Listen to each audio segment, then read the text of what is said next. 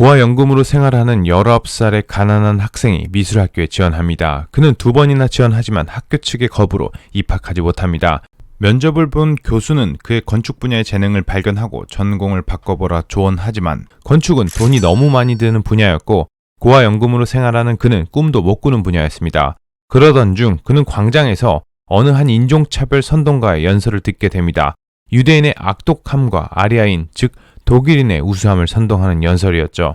그 연설을 인상 깊게 들은 이 젊은 남자는 그때부터 유대인들을 향한 분노를 키우기 시작합니다.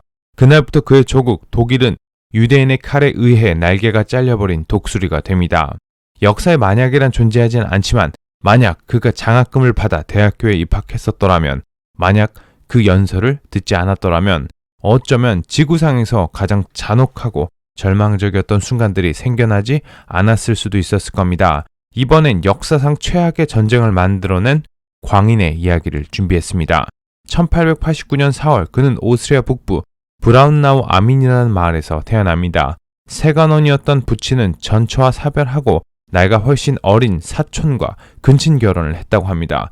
그의 아버지는 그가 18살 때 사망하고 이어 그의 어머니도 젊은 나이에 암으로 사망합니다. 그렇게 하루아침에 부모님을 잃고 고아가 된 그는 1908년 19살 화가의 꿈을 품고 오스트리아 빈으로 향합니다.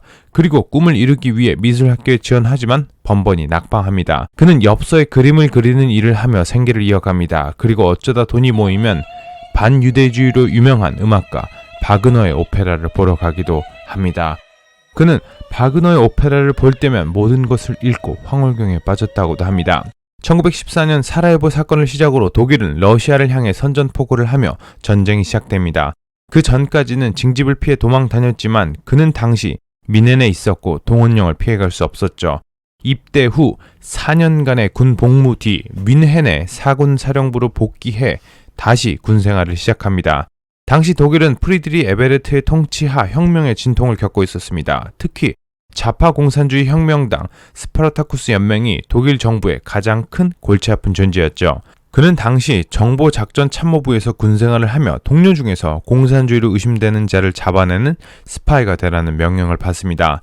따뜻한 밥과 잠자리를 얻으려면 그는 군대 내에서 인정을 받아야 했고 열정적으로 스파이 활동을 합니다. 금세 좋은 성과를 만들고 곧 상관들의 눈에 띕니다. 그리하여 이 젊은 군인은 귀향한 포로들과 군인들의 정치적 재교육이라는 중대한 과업을 맡게 됩니다. 그의 상관은 그의 웅변가적 재능에 대해 찬사합니다. 청중을 사로잡는 법을 알고 그와 똑같이 사고하도록 만들어낸다. 청중이 듣고 싶은 말이 무엇인지 정확히 알고 있는 것 같다. 그는 제대 후 1919년 독일 노동자당에 입당하여 본격적으로 정치적 활동을 시작합니다. 곧 자신의 뛰어난 연설가적 자질을 인정받고 선전부 최고 책임자가 됩니다. 드디어 1920년 뮌헨의 작은 맥주홀에서 그는 우리는 왜 유대인을 증오하는가라는 이름의 첫 연설로 정치 무대에 데뷔합니다. 그리고 소규모 급진 우익 그룹을 창설하죠. 바로 국가사회주의 독일 노동자당, 독일어 약자로 나치스로 유명한 그 당이었죠. 그 그룹엔 그의 광신적인 추종자 루돌프 헤스, 추후 그의 칼로 활약할 헤르만 괴링도 이 자리에 같이 있었죠. 그의 활동으로 2,000명에 불과하던 당원 숫자가 1년 뒤 2만 명으로 불어나게 됩니다. 나치스는 무섭게 커나가기 시작합니다. 당시 나치스의 활동에 인종차별 종파 툴레협회의 지원이 컸다고 합니다.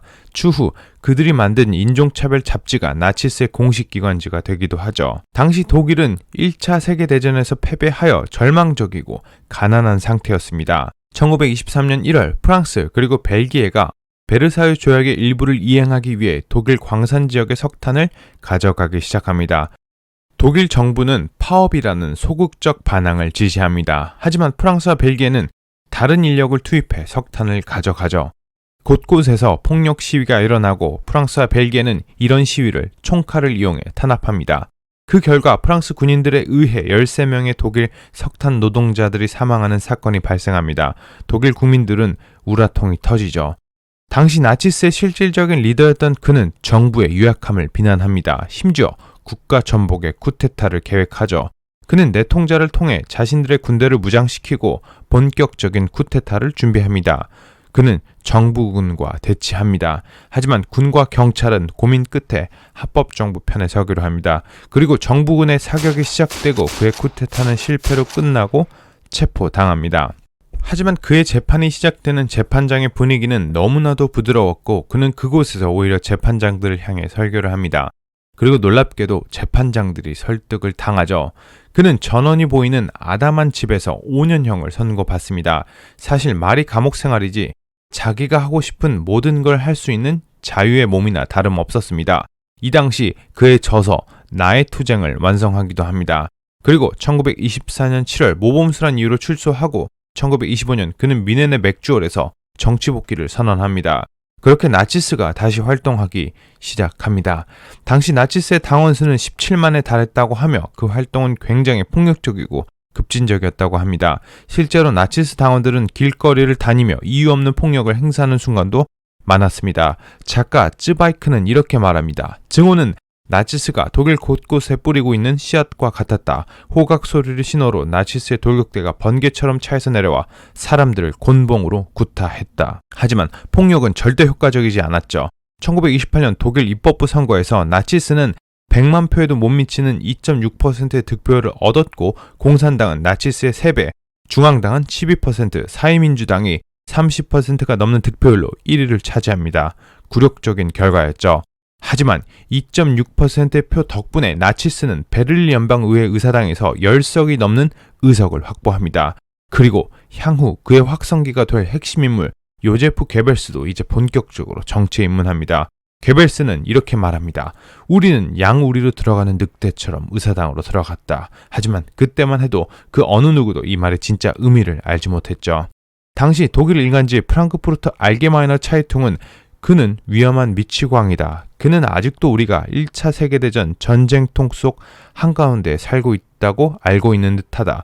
그는 우리가 아직도 로마 제국에 살고 있으며 위험한 야만족들의 침략을 받고 있다고 생각하고 있다. 라고 기사를 낼 정도로 사실 독일의 지식인들과 주류 언론들은 이 별 볼 일 없는 당의 수장을 그저 하나의 변종으로 보고 있었습니다. 하지만 1929년 그의 나치스는 또 다른 기회를 잡게 됩니다. 당시 미국으로부터 시작된 대공황으로 그나마 조금씩 살아나기 시작한 독일 경제는 다시 한번 엄청난 피해를 입게 됩니다. 공장은 문을 닫았고 600만의 실업자들이 거리에 넘쳐납니다. 절망에 빠진 국민들은 당시 집권당에 대한 불신이 엄청나게 커지게 됩니다. 그렇게 합법 정부와 민주주의 정당들이 힘을 잃어가고 그 속에서 나치당은 18%가 넘는 득표율로 사회민주당에 이어 제2당으로 올라갑니다. 하지만 예상하지 못한 곳에서 뜻밖의 사건이 터집니다. 바로 그의 조카 켈리 라오발의 죽음이었죠.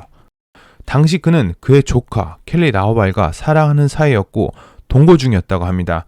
하지만 그녀는 자살하는데 유서에 숙부는 괴물이다. 그가 어떤 요구를 했는지 상상도 못할 것이다 라는 글을 남겼고 이는 언론에 엄청난 파장을 일으킵니다. 그런 여론에도 불구하고 1932년 그는 대통령 선거에 출마합니다. 주류 언론에 그에 대한 평가는 좋지 않았고 그는 대통령 선거에서 낙선합니다. 하지만 전체 유권자의 3분의 1인 1300만 표를 획득하는 무서운 기세를 보여줍니다. 대통령으로 재선된 힌덴부르크는 총리를 위한 새로운 선거를 시행합니다. 당시 독일 국회는 이미 나치당이 203석을 차지한 제1당이 된 상태였기 때문에 반강제적으로 총리직에 그가 당선이 됩니다. 하지만 대통령 힌덴부르크는 급진적인 그를 싫어했고 그를 총리직에 앉히는 대신 장관 자리를 제안합니다. 열받은 그는 충직한 부하 게벨스를 통해 의회를 강제로 해산해버려 국정 운영을 마비시킵니다. 그래서 1933년 11월 힌덴부르크는 의회를 살리기 위해 울며 겨자 먹기로 그를 총리에 임명합니다. 그가 총리가 되고 2주 뒤 베를린 국회의사당이 불타버리는 초유의 사태가 발생합니다. 독일 민주주의 상징이 하루아침에 제로 변한 충격적인 사건이었죠. 당시 그의 부하 괴링의 지휘하 수사 결과 이 사건의 배후에는 공산당이 있었고 공산당은 독일 민주주의의 상징을 태워버린 반역 정당이 됩니다. 이런 공산당을 제압한 나치스는 독일 국민들에게 수호자로 비춰지게 되고 나치는 하루아침에 100만의 독일 제1당으로 승격하게 되죠. 그리고 그는 공산당과 사회민주당 주요 인물들을 탄압하여 강제 수용소로 보내버립니다. 80이 넘은 노세한 아무런 힘이 없던 대통령 힌덴부르크도 그를 인정하고 결국 독일 의회는 그에게 모든 권력을 넘겨주게 됩니다. 이에 맞춰 그는 독일 내 유대계 소유 상점 불매 운동을 명합니다. 이것이 박해의 서막이 시작됩니다. 형편이 나은 유대인들은 서둘러 독일을 떠났고 갈 곳이 없는 유대인들은 게토 지역으로 쫓겨났다가 강제 수용소로 보내집니다. 나치즘은 무섭게 모든 것을 검열하고 통제합니다. 그들의 사상에 맞지 않는 책들은 모조리 불태워지고 버려집니다. 그와 더불어 장검의 밤이라는 사건으로 그는 잠재적인 적을 모두 숙청하고 진정한 그의 독재 체제를 완성합니다. 그 이후로 한 달 뒤 힌델부르크 원수가 87세로 세상을 떠나고 독일 내의 모든 지도자는 아돌프 히틀러에게 충성을 맹세합니다. 이렇게 독일, 아니 세계에서 가장 절망적이고 지옥 같던 시간들이 시작됩니다.